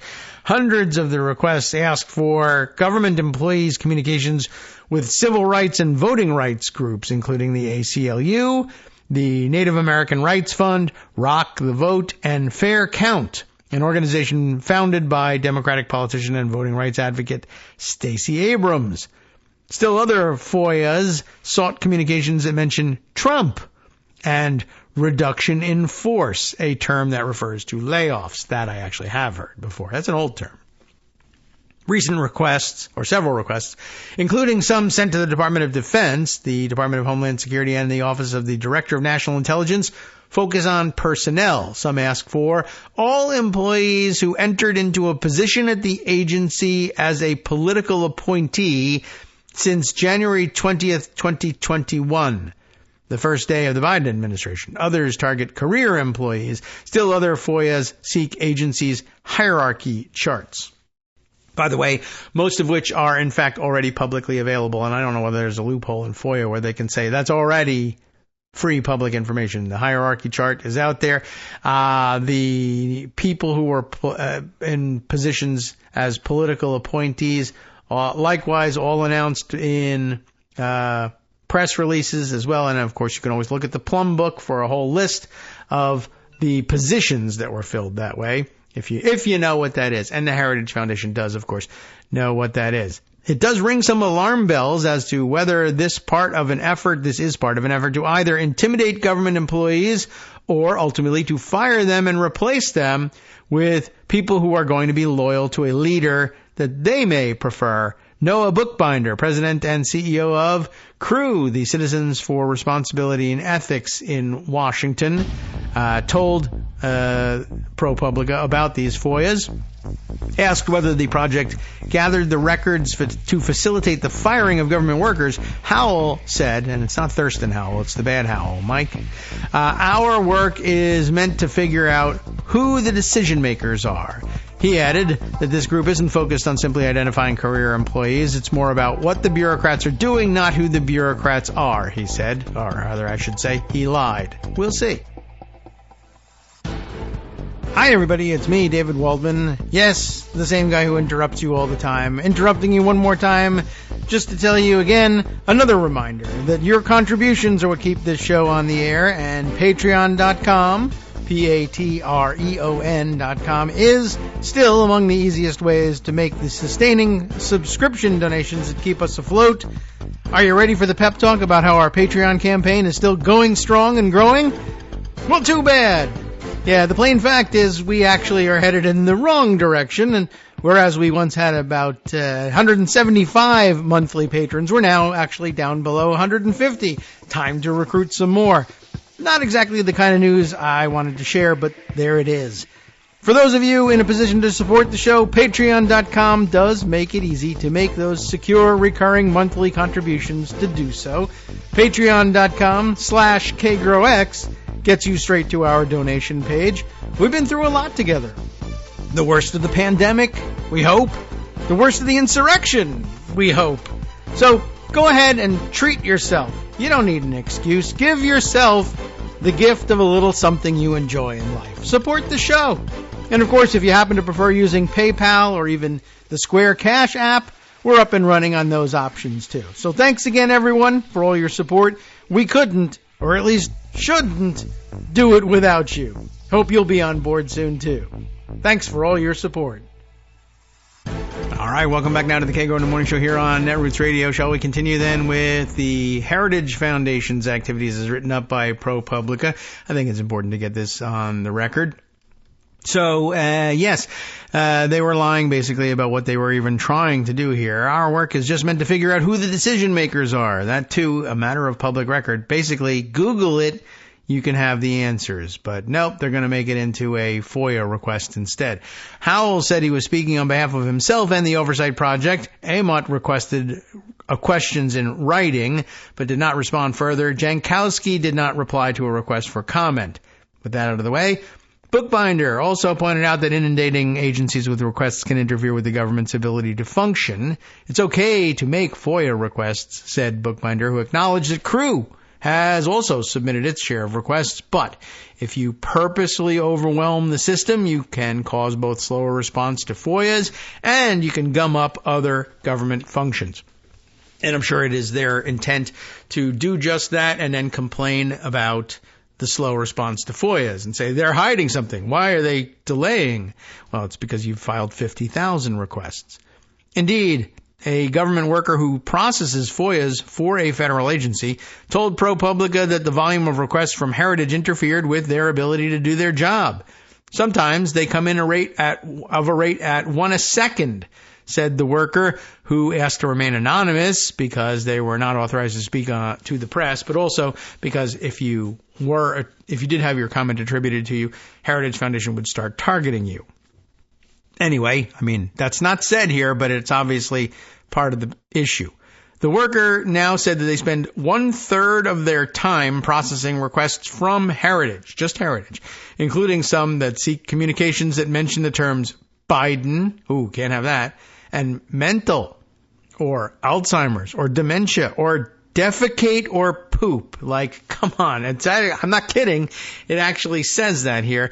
That's what they're asking for. They're taking time away from FOIA requesters that have legitimate requests, said the worker. We have to search people's accounts for poop. This isn't a thing. Neither is the other term that I was talking about before. I can't imagine a real reporter putting in a request like that. Asked about the comment, Howell said, I'm paying them, so they should do their damn job and turn over the documents. You can see that this is obviously a setup. Their job is not to decide what they think is worth, releasing or not. He added that we're better journalists by any standard than the New York Times. Project 2025, which is led by Heritage, became politically toxic, with Trump disavowing the endeavor and Kamala Harris seeking to tie her opponent to the plan. Why not tie her opponent to 50,000 FOIA requests for every government document that mentions the word poop? That should be pretty good. Anyway, it became toxic in part for proposing to identify and fire as many as 50,000 career government employees who are deemed non-performing by a future Trump administration. You didn't respond to my FOIA request for all documents that said poop fast enough. Therefore, you're fired. That's what the setup is all about. Trump attempted to do this at the end of his first term, issuing an executive order known as Schedule F that would have allowed his administration to reclassify thousands of civil servants, making them easier to fire and replace. Biden then repealed it. Project 2025's 887-page policy blueprint proposes that the next conservative president, whoever it is, reissue that Schedule F executive order. Can't let any more Republicans win the presidency if you don't want this to happen.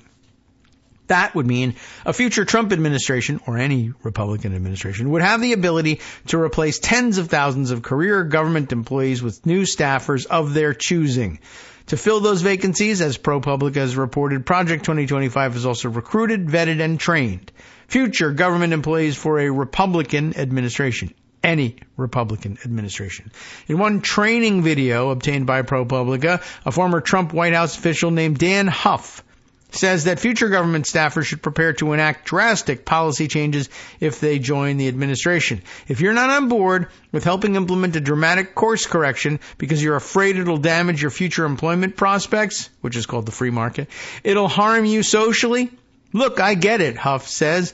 It's a real danger. It's a real thing, but please do us a favor and sit this one out. Howell, the head of Oversight Project and one of the FOIA filers, is a featured speaker in one of Project 2025's training videos in which he and two other veteran government investigators discuss different forms of government oversight, such as FOIA requests, Inspector General investigations, and congressional probes. Another speaker in the video, Tom Jones of the American Accountability Foundation, offers advice on two prospective government employees in a conservative administration about how to avoid having sensitive or embarrassing emails obtained under the FOIA law, the very strategy that the Oversight Project is now using with the Biden administration. If you need to resolve something, if you can do it, it's probably better to walk down the hall, buttonhole a guy and say, hey, what are we going to do here? Talk through the decision, Jones says. In other words, don't put anything in writing, just like the mafia or Al-Qaeda would handle it. You're probably better off, Jones says, going down to the canteen, getting a cup of coffee, or using a motorcycle messenger, as the case may be. He doesn't say that. Talking it through and making a decision, as opposed to sending him an email and creating a thread that accountable.us or one of these other groups is going to come back and seek.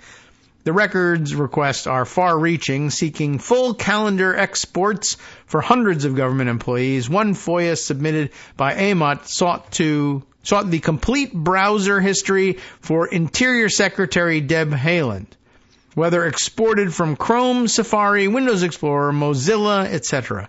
The most frequent of the three requesters, AMOT, whose online bio describes him as a former psychological operations planner with the Army's Special Operations Command, submitted some FOIAs on behalf of the Heritage Foundation and others for the Daily Signal, because what's the difference? One, a prestigious think tank, and the other, a gotcha right-wing wackadoodle publication. Just, doing the same, that's all. The publication spun off from the Heritage Foundation in June, according to an announcement on the think tank's website, but another page on the site still seeks donations for both the foundation and the Daily Signal. It's too wacky even for these guys to keep under their umbrella. ProPublica obtained the Department of Interior requests, as well as tallies of FOIAs from the Centers for Disease Control and Prevention, They don't have any important jobs to do.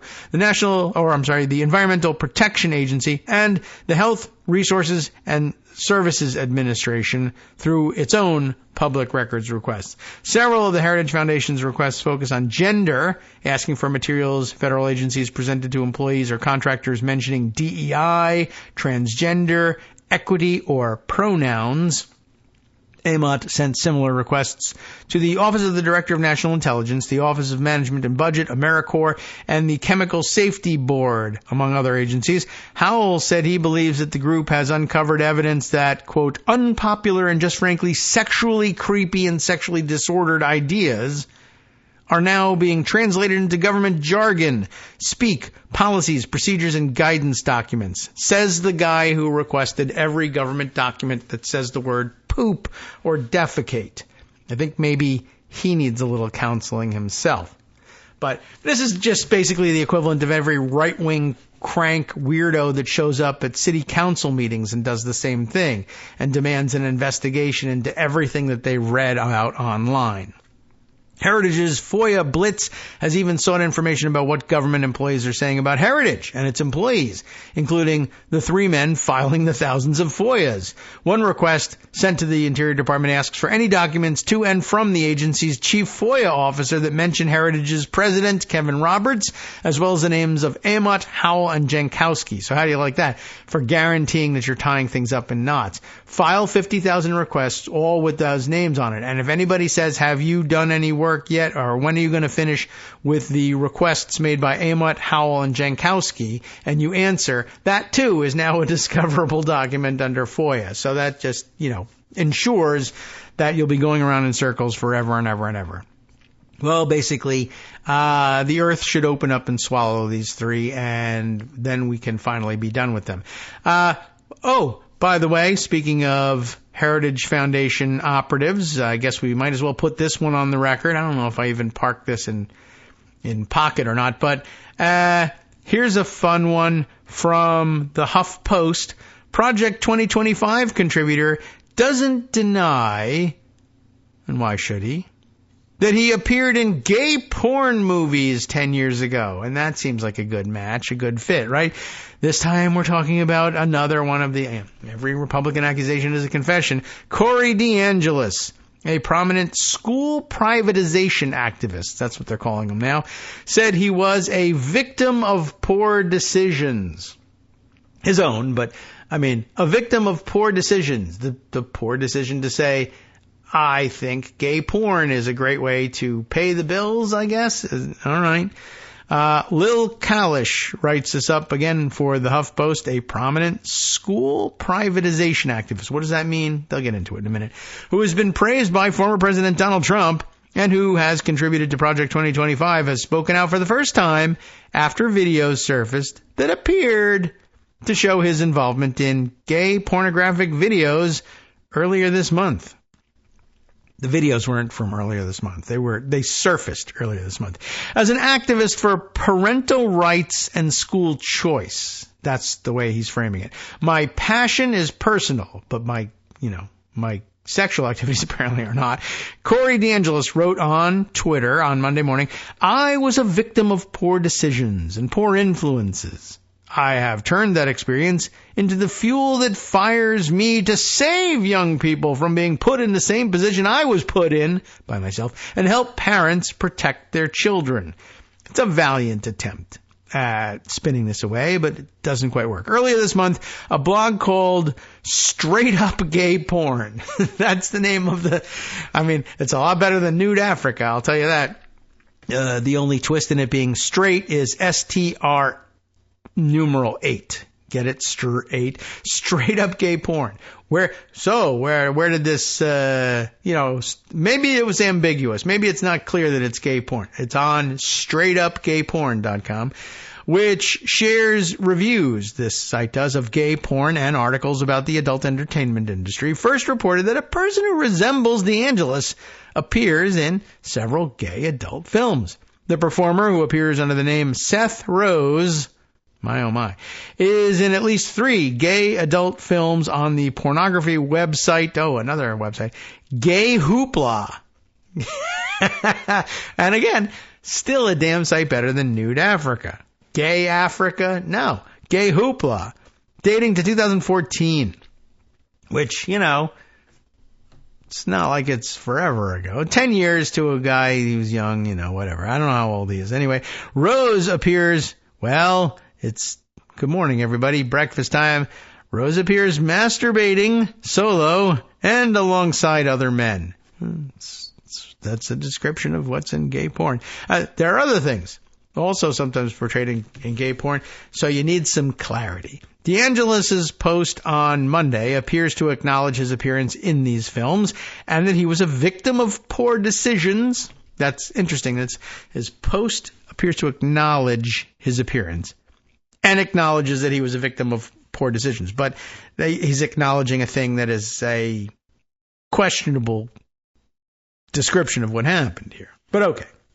His post went out to his 163,000 followers on Twitter and received praise from conservative writers like Richard Hanania, who is virulently anti-gay and blah, blah, blah, and probably, I guess that means, was also in gay porn videos, and Chris Rufo, to whom the same might apply. He, of course, only to date acknowledged as appearing on the affair arrangement site Ashley Madison. Anyway, Rufo is largely credited with fabricating the panic over critical race theory, but also, plenty of panic over diversity issues, including LGBTQ issues. DeAngelis has been a fierce critic of what he views as, you'll never guess, pornographic content in school literature. When he says he's a school choice activist, he means I want to take away the choice that you have about where you go to school and schools' choice about what they put in their libraries. He's one of those guys who says that any books that deal with any subjects touching on LGBTQ issues is, by definition, pornography, as opposed to the actual pornography that he appeared in. And how interesting is that? He's been a fierce critic of what he views as, he says he now views as pornographic content in school literature, often referring to any education materials that include discussion of LGBTQ plus people and their experiences, which is interesting because he's now discussing his experience as an LGBTQ person in gay porn, and that discussion, I guess, is itself porn, and he's still producing porn to this very day, by his definition. But, of course, his definition is stupid on its face and should never be credited in any way whatsoever. Except, of course, as a rope to hang you with. Anyway, the day that Straight Up Gay Porn posted its blog, DeAngelis shared a graphic on Twitter illustrating a satirical, they'll say, lesson plan from the, quote, radical left in 2024, including drag queen story hours, mandatory pronoun recognition, and boys participating in girls' sports, which, of course, is so much worse than, filming yourself masturbating and putting it out for commercial purposes. Anyway, DeAngelis did not respond to HuffPost's request for comment, though he did post a screenshot of this reporter's inquiry on Twitter and said that the article is a hit piece against me because I don't want porn in schools. That's the reason why it's a hit piece against you, not because you're a incredible hypocrite. The self-described school choice evangelist is also listed as a contributor on Project 2025 on behalf of the American Federation for Children. It was for the kids that he was masturbating on film. Project 2025 is a policy roadmap for a second Trump presidency, authored by the Heritage Foundation, of course, and a network of conservative organizations that all apparently masturbate on film. Sarah Kate Ellis, the president of the LGBTQ plus advocacy group GLAAD, told The Advocate that DeAngelis' role as a contributor to Project 2025 is further proof that he is willing to sell out student safety to anti-LGBTQ extremists. And there's more you could be saying about these things. In the introduction, Project 2025 authors equate transgender ideology to pornography.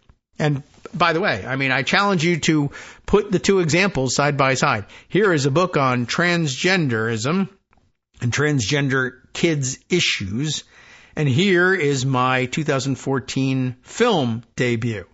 You tell me which one is the pornography. Anyway, in the introduction, Project 2025 makes this equation, calls for porn, in their view, to be outlawed.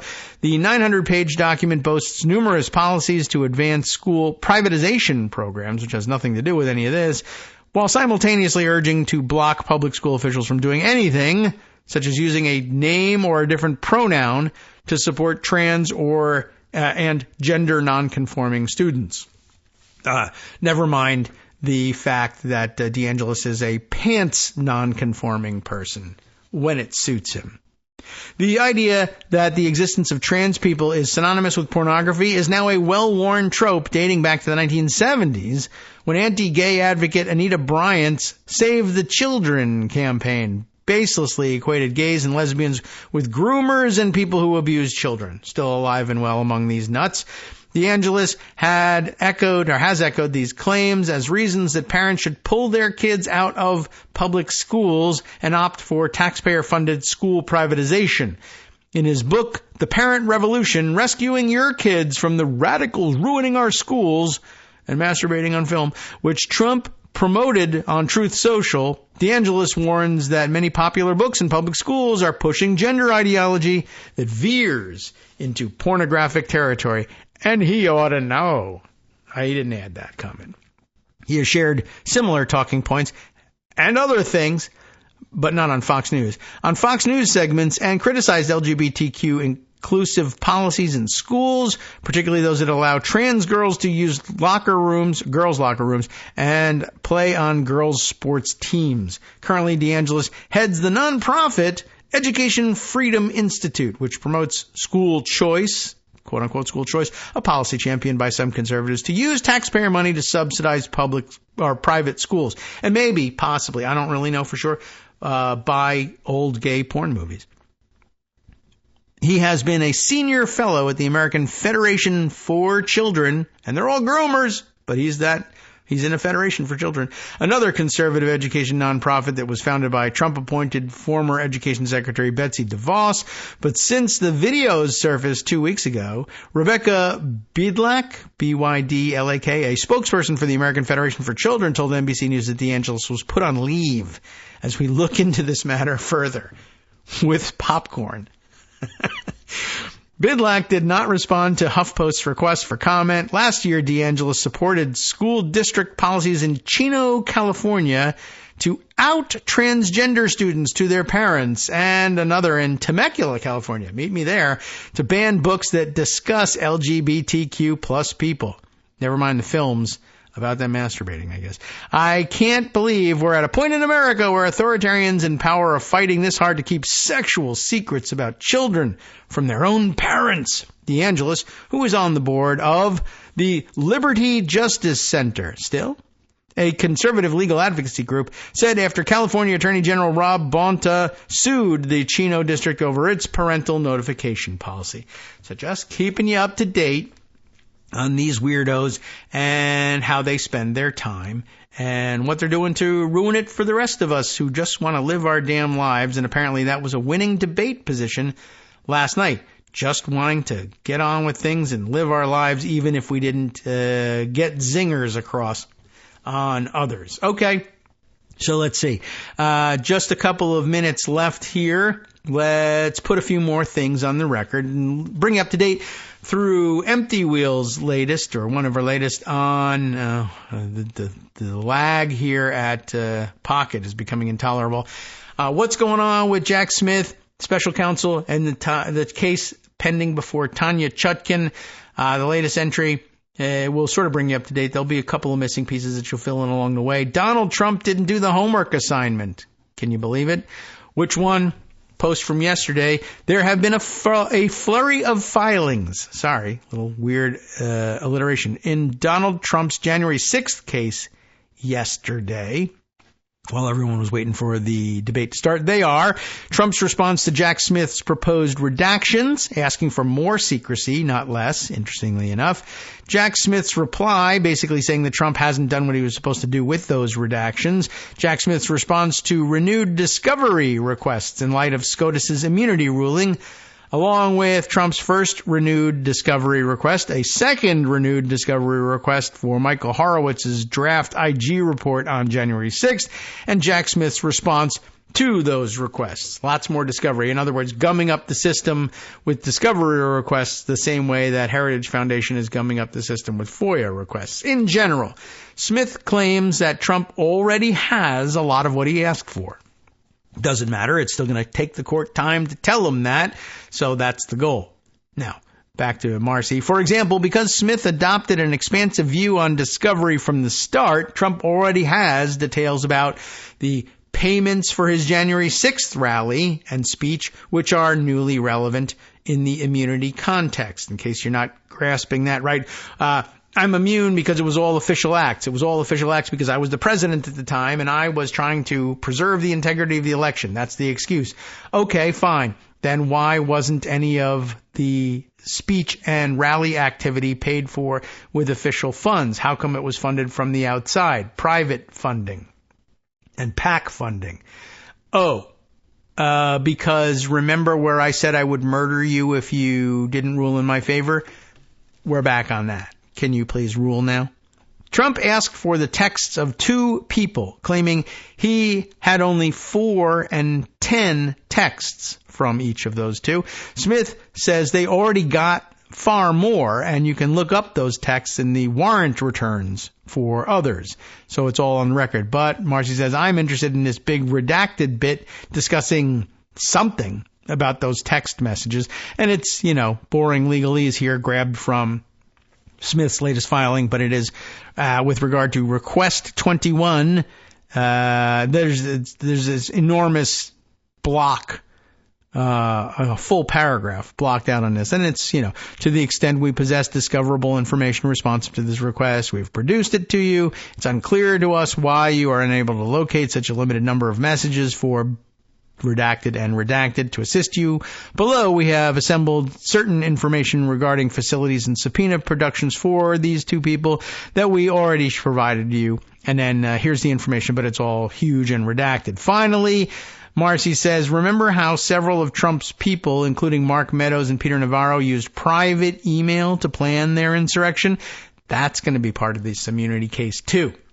Here, a screen grab, I guess, from, or a quote from the filing from Smith. With the exception of a handful of publicly available sources, the government long ago produced this material to the defendant in discovery, so this is all a waste of time. Even though much of it was arguably not discoverable, this includes material that goes to context, and that the defendant incorrectly claims that he does not already have, such as proof of the funding and organization of the Ellipse rally at which the defendant spoke on January 6th, evidence about the defendant's actions surrounding meetings and communications that the government contends are unofficial, and other information indicating private rather than official conduct like Hatch Act warnings and use of private email accounts. The defendant's assertion that he does not have such material appears based on the faulty assumption that the government did not already produce it, as it did. See these notes from earlier. Counsel assuming there is discovery that has not been turned over because the government has never really had to look at issues relating to immunity before. Well, turns out all untrue. All produced anyway under other circumstances, and will become an issue. The fact that private funding and private emails all used to arrange and pay for this supposedly official event. Marcy goes on, it would be hilarious if Trump's failures to abide by the Presidential Records Act ends up biting him in the ass. For now, because Trump didn't engage with the redactions in the way that Judge Tanya Chutkan ordered him to, it looks more likely we'll get to see Smith's substantive brief sooner rather than later. In his response, Trump claimed there's not much new there.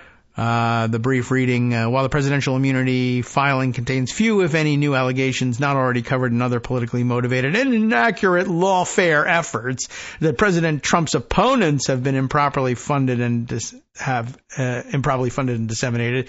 So some accusations leveled there. It is irresponsible for the prosecutors to so quickly abandon the safety and privacy interests that they previously assigned great weight in this case and in the Southern District of Florida. Accordingly, the court should require the office to make consistent redactions regarding identity-related information and show cause why their proposed public disclosure of voluminous, purportedly sensitive witness statements will not pose risks to potential witnesses and unfairly prejudice the adjudication of this case.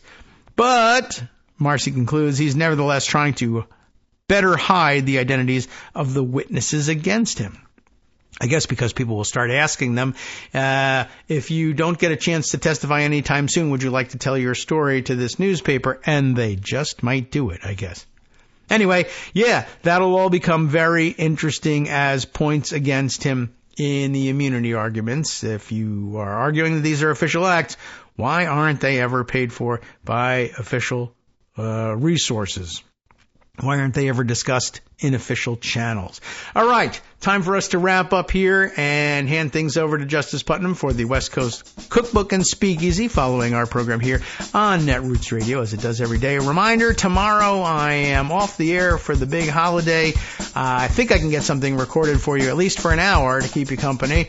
And return on Friday when we'll have lots more to read through, but lots more that will have been piled up on top of all the things I haven't been able to tell you about. By the way, housekeeping event. One more person to thank as well, Michelle Roberts, for her boost to her Patreon contribution each month. I need to address with you some changes in the way Patreon is going to be doing their billing. I think they're being forced more or less by Apple, if they want to remain in their app store, to move to first of the month billing rather than billing on the, monthly on the date that you subscribed.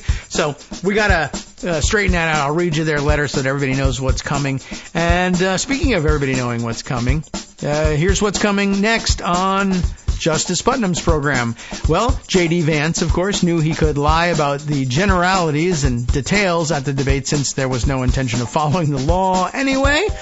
And then on the rest of the menu for today, a California right-wing militant has been hit with additional charges in a courthouse bomb attack that injured 5 people. Oh, good. I mean, you should be hitting him with extra charges. And a North Carolina town that produces quartz needed for a wide spectrum of tech products destroyed by Helene. My goodness. What'll that do to our supply chain? Listening to Kagro in the morning with David Waldman. There's a little more, too. A Pennsylvania county manager was sued over her plans to end the use of drop boxes for mail-in ballots. How about around the world? In Germany, which arrested a woman who passed airport details to a suspected spy for China. That and much more coming up next, and we'll see you on Friday.